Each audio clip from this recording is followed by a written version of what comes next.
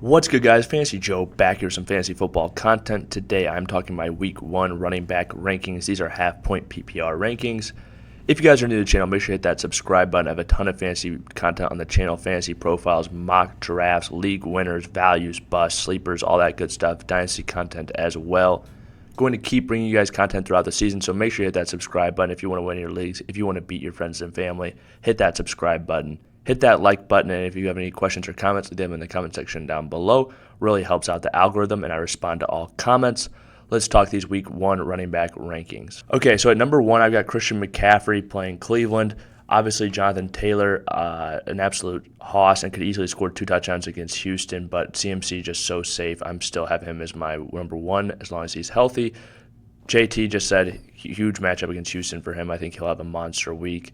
3, Alvin Kamara. I think he is underrated this week against Atlanta. I think he's going to have a big impact. Don't think he's going to be suspended, and he's instantly going to be a top running back in fantasy football. 4, Ekeler against Vegas. I think this is a really good matchup for him. And again, the pass catching, he's probably going to give you a good outing regardless. 5, Derrick Henry could have a monster day against the Giants. 6, Joe Mixon plays Pittsburgh. Like to see him behind that improved offensive line. Excited for it this season. 7, James Conner in a game against Kansas City. Excited to see how involved he is in the passing game, especially if they go down in this game. 8, Dalvin Cook against Green Bay. I think he's going to be a monster this season. 9, Saquon Barkely against Tennessee. Another guy I expect to have a big bounce back. Just so young and a year removed from that ACL injury now. 10, DeAndre Swift. I think he's going to be involved enough that he's going to give you a solid outing regardless. Philly is a good defense, but I think he'll be all right. 11, Leonard Fournette against Dallas. This is a really nice matchup for Fournette. I think he should have a good game on the ground. 12, Antonio Gibson. Might be a surprise to see him so high in my rankings after he was in my bust video, but with the recent shooting of Brian Robinson Jr. and the excellent matchup against Jacksonville, he's a top 12 play for me this week. 13, Javonte Williams against Seattle.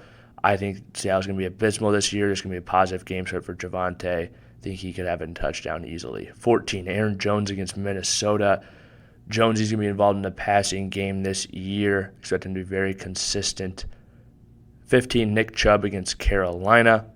They are a good defense on the ground, but Chubb is one of the best running backs in football, and they have one of the best offensive lines, so I think he'll be all right. 16, Elijah Mitchell. He plays Chicago this week. Good matchup for him. Excited to see what he can do. Travis Etienne Jr. against Washington. Another guy. Excited to see what he can do. First NFL game, really, for him. Penny, very high on this list. Might be a surprise, but I think he's going to get the bulk of the work this week against Denver for a run-first team. Don't be afraid to plug him into your lineups. 19, Ezekiel Elliott. Might seem like he's very far down in these rankings. Just a tough matchup for him this week against Tampa Bay, and obviously Tyron Smith is hurt. 20, David Montgomery plays San Francisco. Just not really excited about him at all this year in fantasy football and his situation currently, and the vibes are coming out of Chicago. 21, Breece Hall against Baltimore. Not the best matchup for him, but I do think he'll get a good amount of volume even in week 1 and is a very talented running back. 22, Cam Akers against Buffalo. I think he'll be the lead back in this game. Don't think he'll be the lead back throughout the entire season, though, so maybe an opportunity to sell high if he has a big game week 1 against Buffalo. 23, Josh Jacobs against the Chargers. They have that run funnel last year. We'll see how their improved defense does, but I don't think Josh Jacobs is an awful play this week. 24, Kareem Hunt. If the Browns for some reason can't get it done on the ground, they will do it through the air. I think Kareem Hunt will be a factor in that. 25, Miles Sanders. A very favorable matchup for him against Detroit this week. Could very well get a touchdown. It could go to Boston Scott, though. He's definitely a roll of the dice, but in a great matchup against Detroit, I'm willing to roll him out there. 26, Clyde Edwards-Helaire plays Arizona this week. Not sure why it's not in there, but we'll throw it in there right now. Think he could be involved. Think they could win that game as well. Be excited to see what his role is this season. 27, Ramondre Stevenson. Just really excited about him for this year and that new blocking scheme. It'll be interesting to see how the Patriots offense performs in general, though, and I think this should be a close game with them in Miami. Next up, Chase Edmonds in the same matchup. Not too afraid of the New England run defense, but they were a good defense last year. But I think Chase is going to be the guy this year in Miami. Oh, it's because I have Clyde down here as well. 29, Tony Pollard against Tampa Bay. I think he's going to get some pass catching work in this game. Think he could potentially outscore Ezekiel Elliott, and don't panic, though, right at the bat on that one. A.J. Dillon, 30 against Minnesota. I think he should probably be a little bit higher, to be honest with you, but just tough to rank all these guys week 1. I think he'll be involved in this game, though, and has a very good chance of touchdown. 31, Damian Harris against Miami. Just higher on Stevenson to me personally because of the pass catching and things of that nature. 32, Dameon Pierce against Indianapolis. Excited to see him. I do think he'll get the majority of the snaps.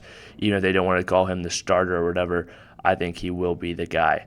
J.K. Dobbins against the New York Jets. The only reason I have him at 33 is just because I think he is recovering from that ACL injury. I'm shocked if he's fully involved week 1, so I have him slightly downgraded at the beginning of the season. But just when I really want to see how he's utilized, I just don't have a full confidence that he's going to get that full workload and he's going to be a smash play for fantasy. Obviously, though, it's a great matchup, and if he doesn't get the work, I think he'll be very successful. 34, Melvin Gordon against Seattle. Same reasons I like Jonthan, I like Melvin.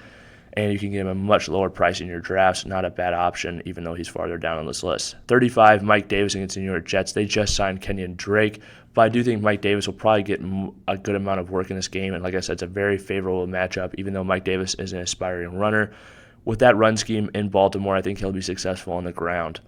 36, Cordarrelle Patterson against New Orleans. Think he'll be the lead back to start the season and catch some passes through the air, which will help him be successful against that New Orleans Saints defense that's really good up front.